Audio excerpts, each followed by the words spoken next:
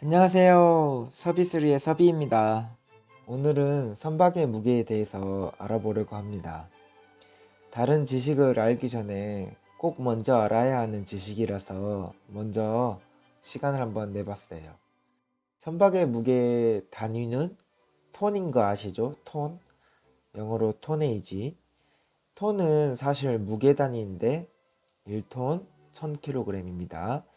그런데 선박에서는 무게 단위뿐만 아니라 부피의 단위로도 쓰이고 있는데 한번 자세히 알아볼까요? 먼저 배수량 톤수 DISPT 디스플레이스먼트 토네이지입니다. 이름만 들어도 조금 무섭죠? 이해도 잘 안 될 것 같고 한번 설명해 볼게요. 옛날에 아르키메데스가 목욕을 하면서 자신의 몸집 부피만큼 욕탕에 들어가면 물이 넘친다는 사실을 알고 유레카 이렇게 외치면서 뛰어갔다는 이야기 기억하시나요? 이는 저희 이번에 배울 배수량 톤수랑 관련이 있습니다. 선박을 이미 수선상, 그러니까 이제 바다나 물에 떠 있을 때 선박이 밀어내는 물, 즉 부피가 중량으로 쓰는 단위를 말하는데요. 이를 즉 배수톤수라고 합니다. 이때 선박에는 선박의 중량과 그 내용물 플러스 최대 실을 수 있는 화물까지 다 들어가 있어요. 그런데 이때 선박이 이제 물에서 밀어낸 건 물의 부피인데 왜 무게 톤수로 말을 하냐 이러기에도 의구심을 제기할 수가 있잖아요. 근데 우리가 일반적으로 물의 밀도는 섭씨 4도일 때 1mg당 1g으로 말을 한다. 그러니까 쉽게 말하면 물 1kg은 1리터로 계산을 하잖아요. 그러면 만약에 선박이 물을 1000리터를 뽑아냈다. 그러니까 선박에 들어가서 1000리터가 뿜어져 나왔다. 그러면 배수량 톤수는 1000kg, 즉 1톤이 되겠죠. 이렇게 이해하시면 됩니다. 두 번째로는 경하 배수 톤수입니다. 영어로 LWT, Lightweight Tonnage. 이거는 쉽게 말해서 진짜로 쉽게 아무것도 없는 상태. 그러니까 조선소에서 선박을 출하받아서 그냥 나온 그 뼈대만 있는 진짜 배 그 자체만의 무게를 말하는 거예요. 그럼 이해하셨을까? 안에 뭐 연료, 화물 이런 거 하나도 없어. 물도 없고 그냥 배 자체 그 자체. 이렇게 하면 이해가 쉽게 되셨겠죠? 그리고 세 번째, 재화 중량 톤수 DWT, 데드웨이트 토네이지입니다. 선박 그 자체를 제외한 모든 것의 무게, 즉 화물, 여객, 선원, 연료, 발라스트 워터, 식량 등 다 포함이 되어 있어요. 이때 DWT, 즉 데드웨이트 톤수는 선주와 고객에게 얼마나 많은 화물을 운송할 수 있는지를 보여주는 잣대가 되겠죠. 고로 배수량 톤수, 즉 모든 것을 실은 상태로 바다에 풍덩 뛰어든 상태죠. 배수량 톤수는 DWT, 배를 제외한 모든 것의 무게, 플러스 LWT, 배 무게 하면 등식이 성립이 되죠. 모든 것의 상태는 배 무게 플러스 배를 제외한 모든 것의 무게, 이렇게 공식이 성립이 됩니다. 네 번째로 총 톤수 GT, 그로스 토네이지. 총 톤수는 선박의 총 내부 용적, 즉 부피를 측정한 수치입니다. 세제곱미터 단위의 선박을, 즉 내부 용적 부피죠. 부피는 세제곱미터를 변수 K로 곱하여서 계산이 됩니다. 한마디로 선박의 총 부피를 톤 단위로 바꾼 것이다. 이해했죠? 5번 순톤수 NT, 넷 토네이지. 순톤수는 화물 공간, 즉 화물창 내부 용적만 측정한 것입니다. 즉 화물창의 총 부피를 톤 단위로 바꾼 것이라고 이해하시면 됩니다. 선박의 무게를 알아봤으니까 흘수, 드라프트와 만재 흘수선, 로드 리미트 마크를 알아볼게요. 배가 화물을 실어서 무거우면 더 물속으로 가라앉고, 화물을 내주고 더 가벼우면 물속에 덜 가라앉죠. 이거는 우리 학생들 다 아는 사실이죠. 그쵸? 그래서 이러한 수치를 알기 위해서 선수와 선미에 흘수, 드라프트 마크가 있습니다.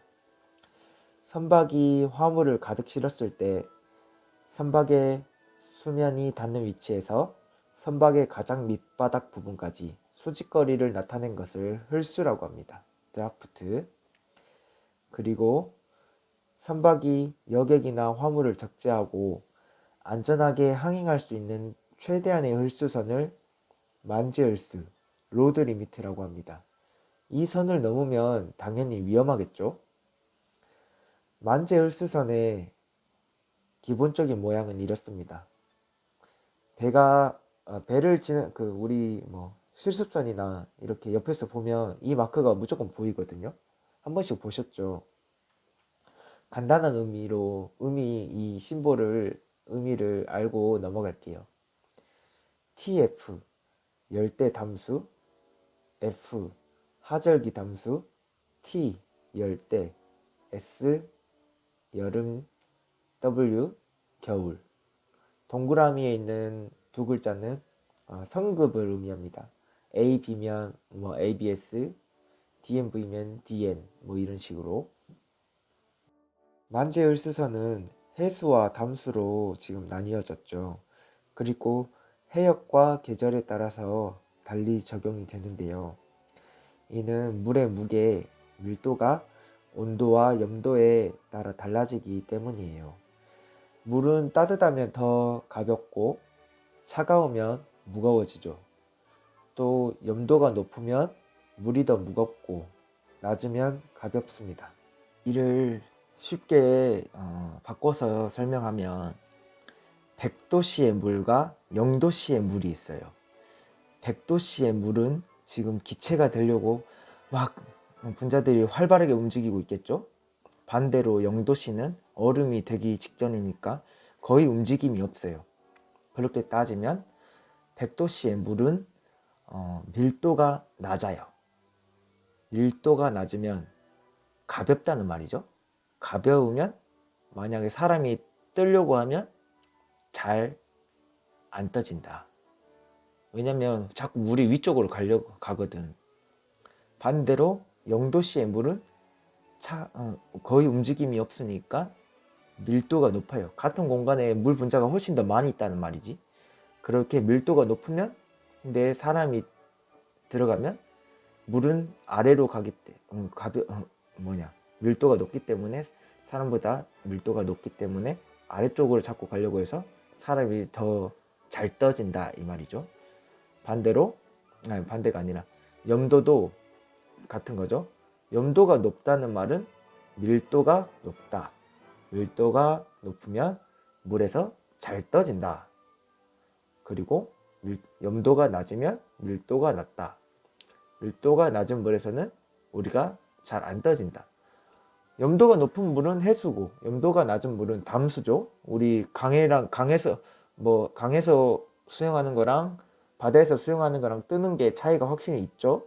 그거는 이 정도로 설명했으면 이해했을 거라고 믿습니다.